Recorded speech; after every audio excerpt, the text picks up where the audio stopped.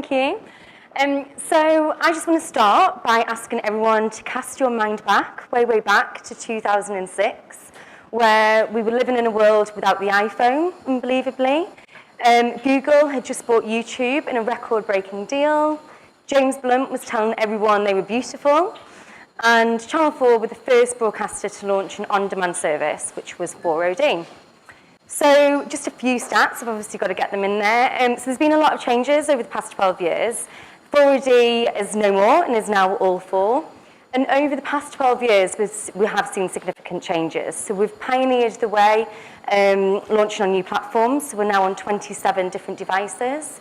We've invested heavily into new and exclusive content onto the platform. And because of these project developments and because of the wide-ranging content, we've seen 10 years of consecutive growth of viewing, with 2018 set to be a record year. But the real success for us is engaging those hard-to-reach audiences, so the young audiences. So we're now reaching over, All 4 is now reaching over 60% of 16-24s, and we're committed to grow that next year. But kind of what we really want to do is understand and get to know our audience better. So we've been doing that over the past 5 years by collecting data on them.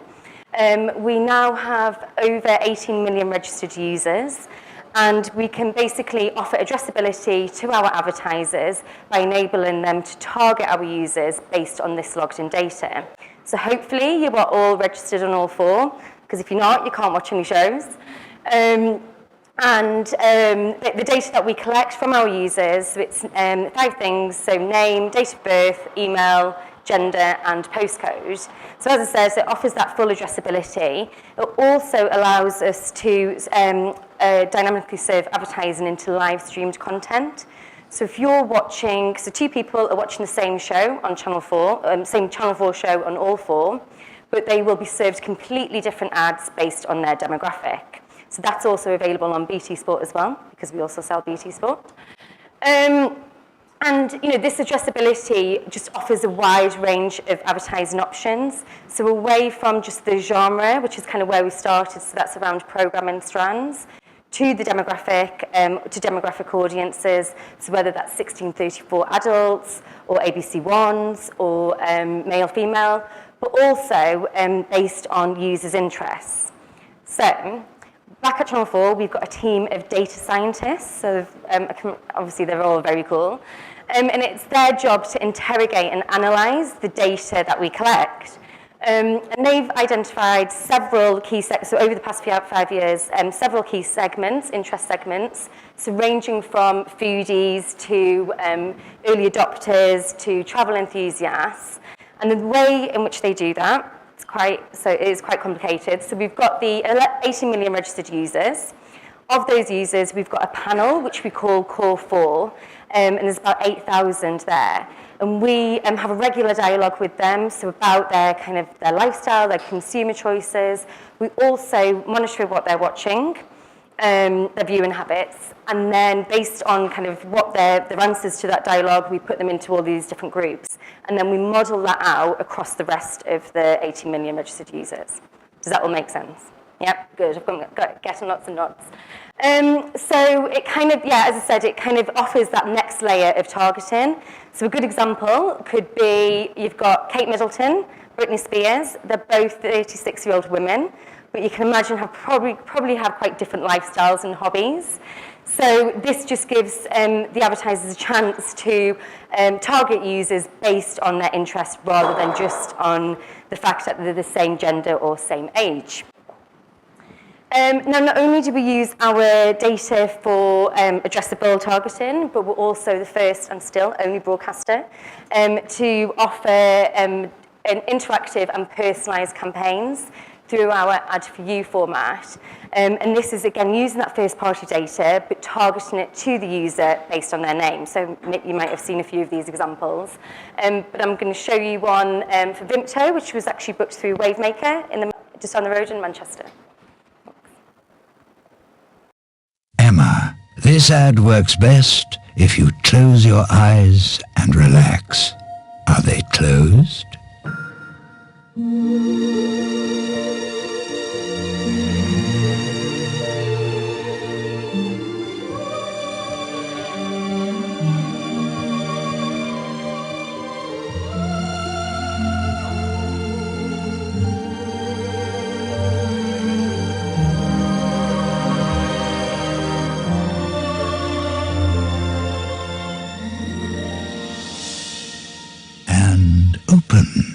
Wasn't that refreshing? So the format for Vimto was actually one of our most popular, most successful formats. And that, obviously a big part of that is down to the creative. It was, it's a really cool copy and it fits perfectly with all four. But as you can see there, we've also got a very happy client, and that's because, their objective was to push boundaries, but also to use data and insight with that. So again, a perfect fit. But we've got loads of examples of this, which really do drive those awareness levels and engagement levels much further than a traditional 30-second spot. And the way in which people are watching all four and indeed broadcast VOD is changing and has changed significantly over the past few years. So across all broadcast VOD, we're seeing about 60-70% of viewing coming from the big screen, so big screen platforms. And when you think of why that is, the reasons, it's pretty obvious. Firstly, it's down to the ease and accessibility of the platforms. So if you all think about kind of what you've got at home and what you're watching VOD on, that could be from Virgin, Sky, Google Chromecast. They're all readily available in the home. And then secondly, going back to what Christian said earlier, broadcast VOD, it's premium, it's quality, it's broadcaster content, so you want to watch it on the biggest screen in the living room. So with all of these kind of changing viewing habits in mind, we are just about to launch a brand new creative, which is called Dynamic TV. And what this, and again, this is all on VOD, the VOD arena, but this allows advertisers to create data-driven creative across mobile, big screen, and desktop platforms. So again, it's using the first-party data and targeting creative based on the location of the user, based on the weather in their area, based on their time of day or their demographic. And then also for the first time, cross-platform sequential targeting, which basically means you can just follow the journey of the user on whatever platform they're watching it on. So we've got a few examples of these. So bear in mind, this is yet to launch, so these are just examples. But I'll just kind of show you them just to bring them to life. So this one is for Volvo. So it's the same 30-second creative, so you're just supplying the same ad, but just enhancing it. So you've got this first one, which, so user based in London, a user watching in Manchester, and then they're served their nearest car dealership just based on their location. I'm not sure why it's Chigwell. You would have thought there's probably a nearest dealership in London. So that one is as simple and as effective as that. Then the next one is for Domino's. So again, using the user based on the user's location. So Domino's on the left, is the country's number you've one got pizza delivery someone company. watching in London. How do we make so many? I'll let her play out and I'll talk over it. No.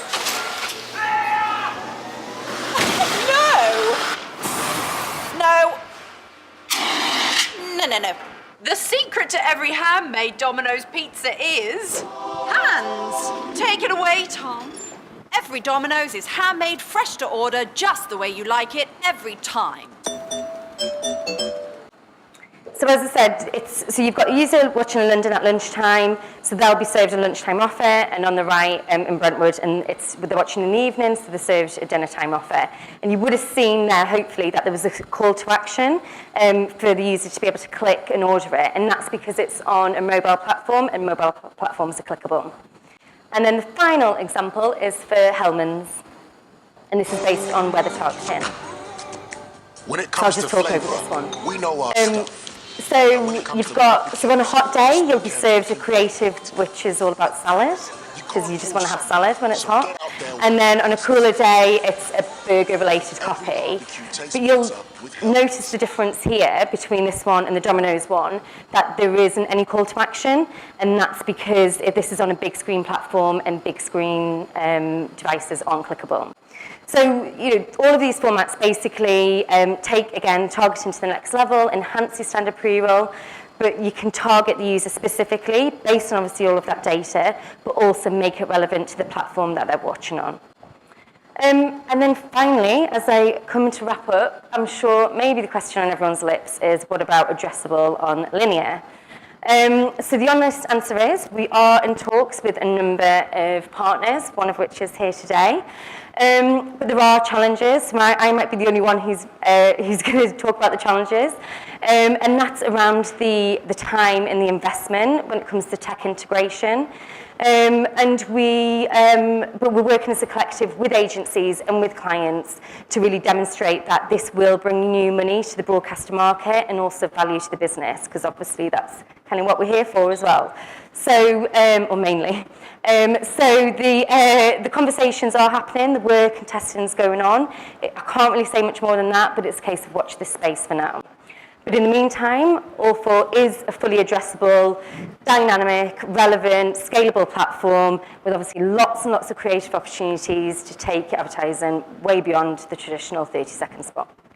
Thank you.